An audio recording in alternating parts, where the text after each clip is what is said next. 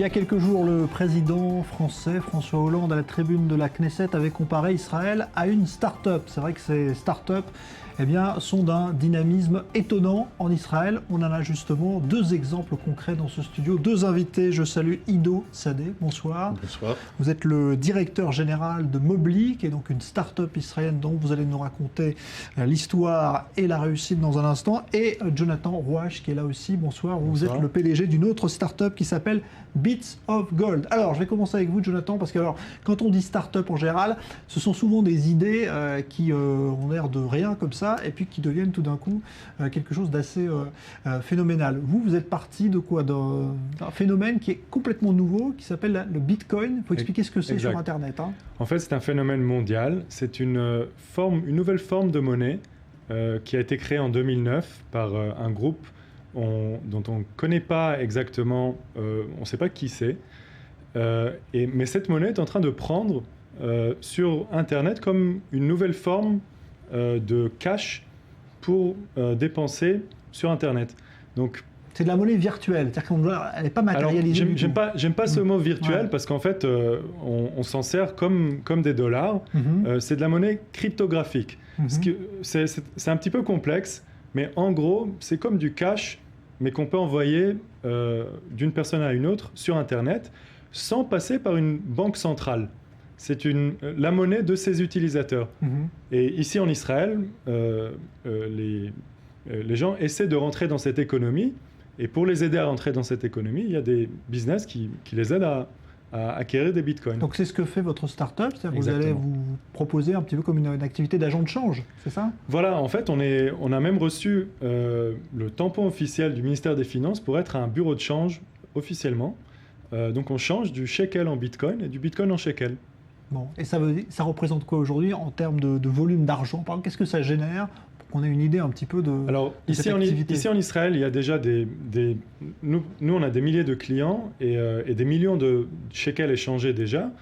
Mais dans le monde, il y a déjà à peu près 7 milliards de dollars en valeur dans le bitcoin. Donc 7 milliards de dollars. L'argent investi dans cette monnaie. Voilà, toute cette valeur n'est pas de l'argent investi, mais en gros, l'économie du Bitcoin représente 7 milliards de dollars aujourd'hui. Bon, et ça change de jour en jour. Le cours du Bitcoin change de jour en jour. Ido Sadeh, vous connaissiez ou pas ce Bitcoin? Vous qui êtes dans les startups aussi, vous allez nous raconter dans un instant. Mais vous connaissez? On a bien évidemment entendu parler. Regrettablement, on était en train de travailler trop dur pour développer Mobly, pour s'intéresser vraiment et en acheter quand le Bitcoin valait encore des centimes, alors qu'à présent parce que c'est une monnaie qui monte quotidiennement, c'est ça? Pour l'instant, elle fait que monter. Je voudrais vous corriger, ça monte, ça peut descendre. Oui, mais là pour l'instant, elle fait que monter. Mais pour l'instant, disons qu'au début de l'année, elle valait 15 $, pour un Bitcoin, et aujourd'hui, au cours d'aujourd'hui, c'est à peu près 700 $ pour un Bitcoin. Quelle partie de cette monnaie c'est de la spéculation et quelle partie c'est une vraie valeur? C'est une question, mais en tout cas la demande fait que 700 $ pour un bitcoin. Ouais. Alors Ido Sadeh, Mobly maintenant, vous c'est une application qu'on retrouve sur les téléphones, les smartphones. Oui. Quelle est l'idée de départ? Donc l'idée de départ est que tout ce qui vaut être photographié est photographié à présent par un smartphone. Plus d'1 milliard de smartphones et un nombre qui va et qui augmente. Donc l'idée de départ de Mobly, c'est d'être vos yeux partout, de pouvoir voir tout à temps réel ou presque réel. C'était la vision qui était à la base du lancement de Mobly il y a presque 3 ans. Mais pour accéder à toutes les images du monde, il faut bien les avoir. Et notre vision abstraite n'intéresse pas nécessairement les utilisateurs.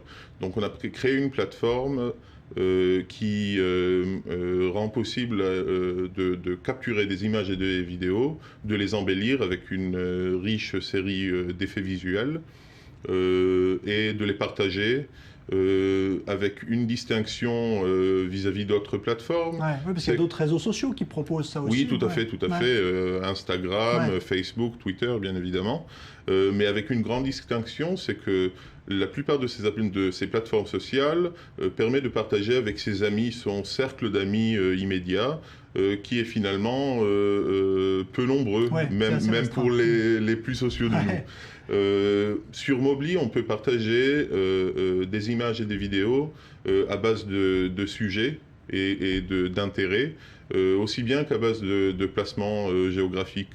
Donc, si vous êtes un fan de Barcelona, vous pouvez suivre Camp Nou ou suivre le sujet, le hashtag Barcelona, et nous allons vous délivrer toutes les images et vidéos qui sont prises à ce sujet directement dans vos flux d'images. Alors, Mobly a été créé en quelle année, très récemment? En 2011. Donc, il y a 2 ans, un peu plus, c'est ça? Un peu plus. Et combien elle vaut aujourd'hui? Vous avez levé là récemment combien de fonds là? Vous venez de donner le chiffre. Il y a 2 semaines, Carlos Slim et América Móvil, qui est le 2e plus grand opérateur cellulaire du monde. Grosse fortune du monde aussi. La deuxième. Il a été dépassé par Bill Gates. Donc Carlos Slim a investi avec d'autres investisseurs 60 millions de dollars. Dans Mobly. Donc en 2 ans, vous avez valorisé à peu près déjà cette société à des dizaines et dizaines de millions de dollars. Sur TechCrunch, qui est une voie assez considérable dans le monde des startups, on nous a donné une valeur d'1 milliard de dollars, bien évidemment. C'est plus que Waze. Oui, mais on reste très... C'est pas une vraie course, en fait. C'est pas une course. Non, mais c'est pour donner une idée quand même de... Ça paraît fou qu'en 2 ans, une société quand même se valorise à ce point. Vous êtes combien à travailler sur Mobly? 40 personnes. 40 personnes. Mais qui essayent et tâchent de travailler comme 80, 20 heures par jour. Et vous me disiez tout à l'heure, des personnalités célèbres qui ont investi parce qu'elles sont utilisateurs ou utilisatrices de Mobly et qui ont investi dans votre société. Vous donnez des noms parce que c'est incroyable. Leonardo DiCaprio, Serena Williams, Tobey Maguire, Lance Armstrong, qui étaient les vrais premiers investisseurs de Mobly. Ils ont commencé comme utilisateurs quand on était en phase bêta. Ils ont apprécié l'application. Et on a fait appel à eux quand on a fait la première levée de fonds et ils ont tous rejoint la société et ils sont pas seulement en tant qu'investisseurs mais en tant que partenaires et board members. Bon, en tout cas, on a pris vos 2 exemples, mais il y en a d'autres, puisqu'on en entend parler quasiment chaque semaine de start-up. Qu'est-ce qui fait, je voudrais que vous me donniez votre avis chacun, à votre avis, le secret? Est-ce qu'Israël a un secret? Pourquoi c'est plus la Silicon Valley aujourd'hui? On dit c'est en Israël maintenant que ça se passe. Jonathan Rouache, pourquoi Israël aujourd'hui? J'ai l'impression que c'est surtout les jeunes gens qui sont ici. Moi, je peux donner l'exemple du Technion. Je suis ingénieur du Technion. Donc ça, c'est l'université technologique d'Israël. Exact. Dans la faculté de génie électrique, en fait, l'esprit général est...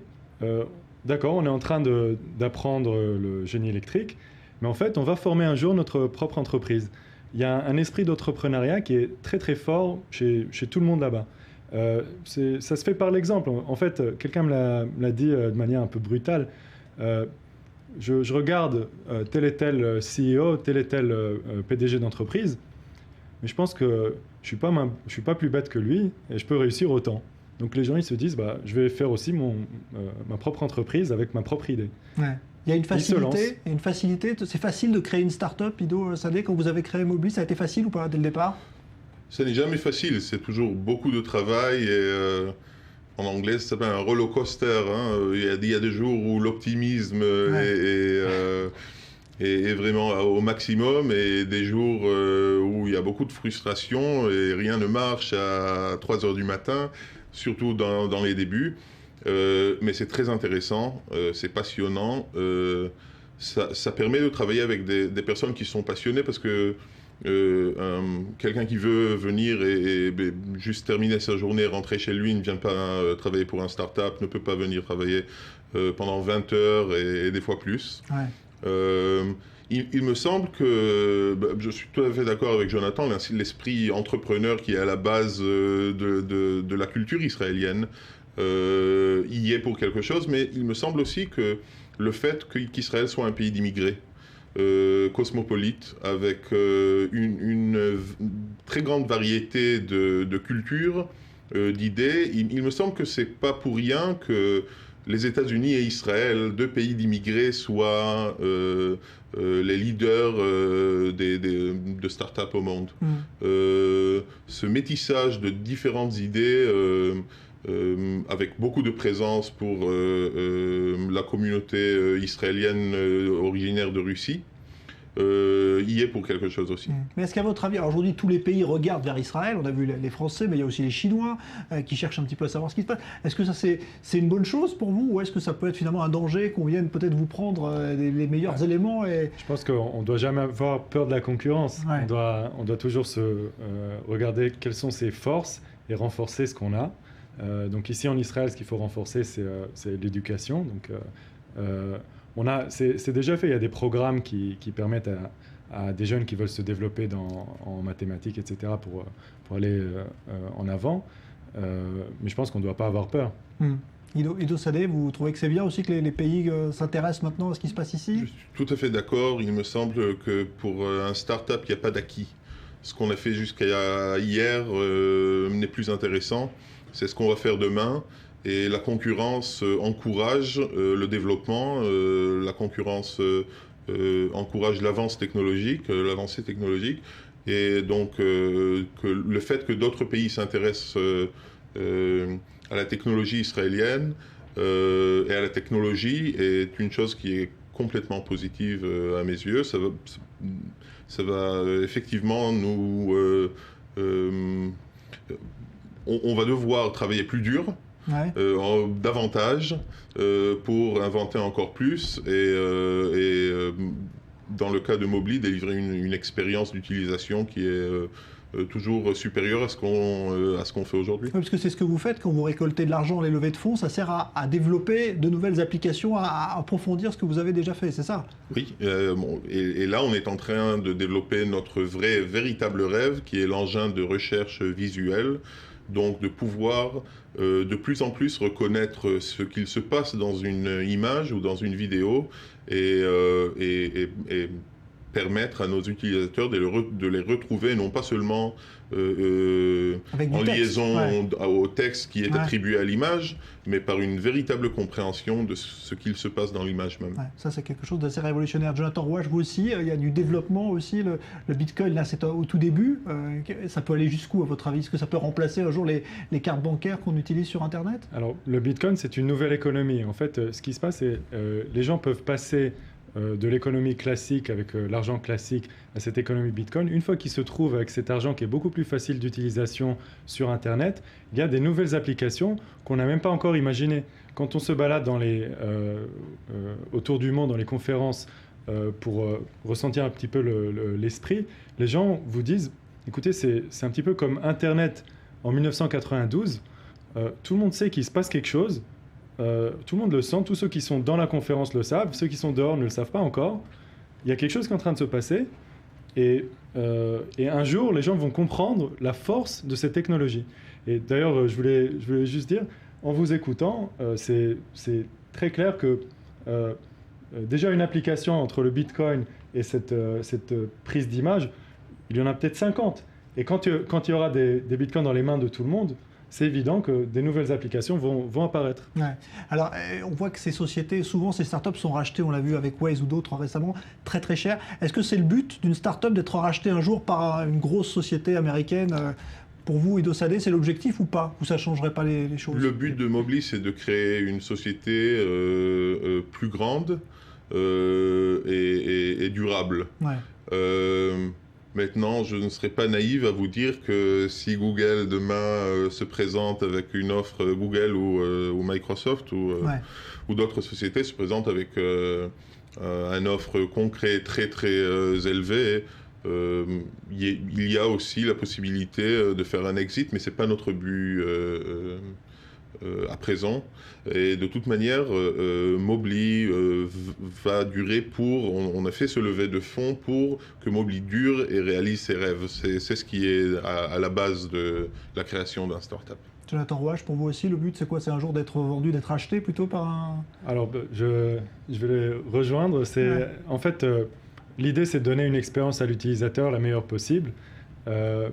on sait que ce rêve d'exit existe un petit peu chez tout le monde. Ouais. En l'occurrence, en ce qui nous concerne, le prochain rêve, c'est de conquérir de nouveaux marchés, parce que le marché israélien est un petit peu petit. Ouais. Et donc, on est en train de lever justement pour prendre de nouveaux marchés et pouvoir être cet échangeur de Bitcoin sur d'autres marchés dans le monde. Eh ben voilà, on vous souhaite bonne chance à tous les deux. Merci en tout cas, expérience étonnante. Mais c'est bien de savoir un peu ce qui se cache derrière ce mot start-up et donc des idées concrètes et des projets. Ido Sadeh, vous c'est Mobly, vous êtes le directeur général de Mobly.